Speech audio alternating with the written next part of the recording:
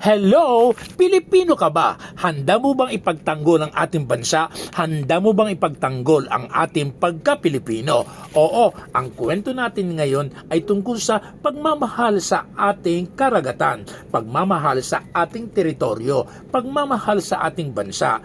Dito sa Katmulatan, Katekesis at Kamulatan, may kwento ako sa inyo. Makikinig kayo, ha? Oy, Matilde, lumabas ka na yan, ha? Tawagin mo na asawa mo si Maximo. Oy, magandang araw sa inyo, ha? Magandang araw. Maximo! Lumabas ka na riyan. Magpunta ka na sa karagatan. Mangingisda ka na. Maghanda na ako ng ating almusal. Oy, mahal kong asawa, nakahanda na ako. Ay, nako, natatakot nga ako eh. Alam ko, nakakatakot kasi merong malaking barko na sinasakyan ng mga dayuhan. Hindi ko sila kilala. Kilala ko sila. Ay, basta mag-iingat ka, ha? Mag-iingat ka, ha? Oo, maghanda ka na para sa ating almusal. Nagugutom na nga ako. Ay, pupunta na naman ako doon sa karagatan. Ang ganda-ganda ng aming karagatan. Nasaan na ba yung bangka ko? Ito. Nako, ibaba pa akong aking lambat. Manghuhuli ako ng maraming isda. Teka, may nakikita ako doon. Natandakot ako. May malaking barko. At meron silang winawagayhuay na bandila. Kilala ko ang mga yan. Eto na naman sila. Magtatago ako. Pumunta ako sa gilid. Papaalisin na naman nila ako. Oy, Maximo, nagtatago ka na naman dyan. Hindi ba sabi ko sa iyo, sa amin ang teritoryong ito, wala kang karapatan dito sa katubigan. Umalis ka na riyan. Ayoko umalis. Sasagot-sagot ka ba? Nasaan ka ba nagtatago? Natatakot ako sa iyo. Wala kaming kumamayan. Huwag mo kami paalisin. Ay, lumabas ka riyan, ha? Kung ayaw mo lumabas, ha? Sasagot-sagot ka pa. Kung ayaw mong lumabas ay tutubigin kita at ang iyong bangka. Heto, bubuhusan ko ng tubig. Umalis kayo dyan. Bubuhusan ko kayo ng tubig. Ayaw mo umalis. Pati ang iyong bangka ay babanggain ko. Umalis kayo dyan. Mga bata, mga kaibigan, mga guys, alam ba ninyo, talagang may mga bansa na tulad ng bansang ito, inaagaw ang ating teritoryo. Pero alam ba ninyo, ayon sa United Nations Convention on the Laws of the Sea o ang UNCLOS, no? Teka, Maximo, halika nga rito, tuturuan kita. Maximo, alam mo ba ang UNCLOS? Oo, narinig ko na yan. United Nations Conventions on the Law of the Sea.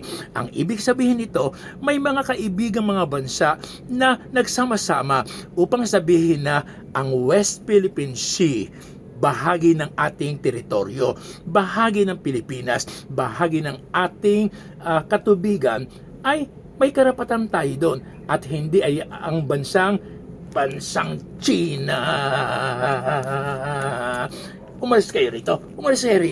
Tama, kailangan irespeto mga bata ang UNCLOS sapagkat sa atin ng Pilipinas, ang West Philippine Sea. Natatakot ako.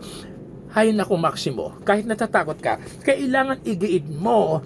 Kalaban ba natin ang China? Hindi natin kalaban ng China. Kaibigan din natin sila.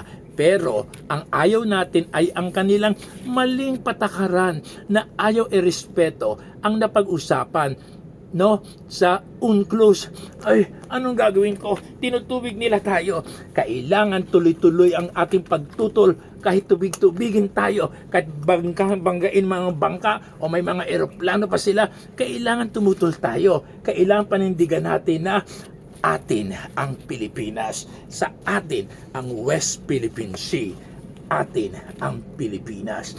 Mga bata, mga kaibigan, alam ba ninyo, nang nilikha ng Diyos ang itong ating tinatawag na lupa, bundok, mga puno, katubigan, mga hayop, lalo na ang katubigan, bahagi ito ng mga nilikha ng Diyos na pinagkaloob sa atin. At ang sabi ng Diyos, ang mga nilikha na pinagkaloob niya, dapat tayo ay katiwala. Anong ibig sabihin ng katiwala?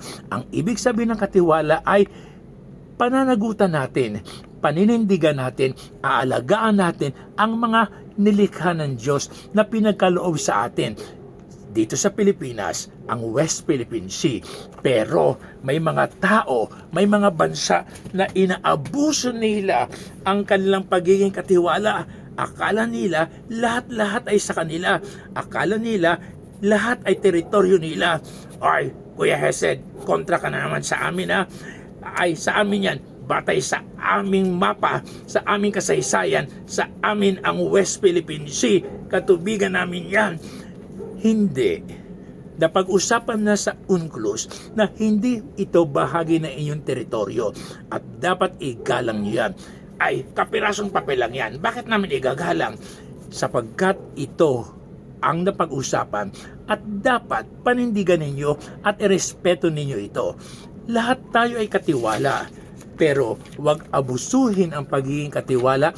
Ibigay ang nararapat sa bansa para sa kanilang kabuhayan, para sa kanilang katayuan, para sa kanilang kinabukasan. Kaya mga bata, nasaan ka na dito ha? Nasaan ka dito? Ay, Maximo. Ha? Oo, lalaban ako. Kailangan paninindigan ko. Tawagin mo yung asawa mo, ha? Si Matilde. Ay, mahal kong asawang Maximo. Kailangan lumaban tayo.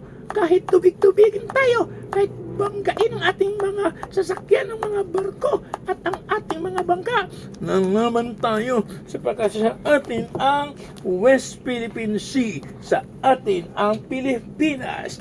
Tama, sa atin ang West Philippine Seas, sa atin ang Pinas. Kalooban ito sa atin ng Diyos at kailangan tayo ay maging katiwala, katmulatan, katikesis at kamulatan at marami pa akong kwento sa inyo. Amen. Abangan.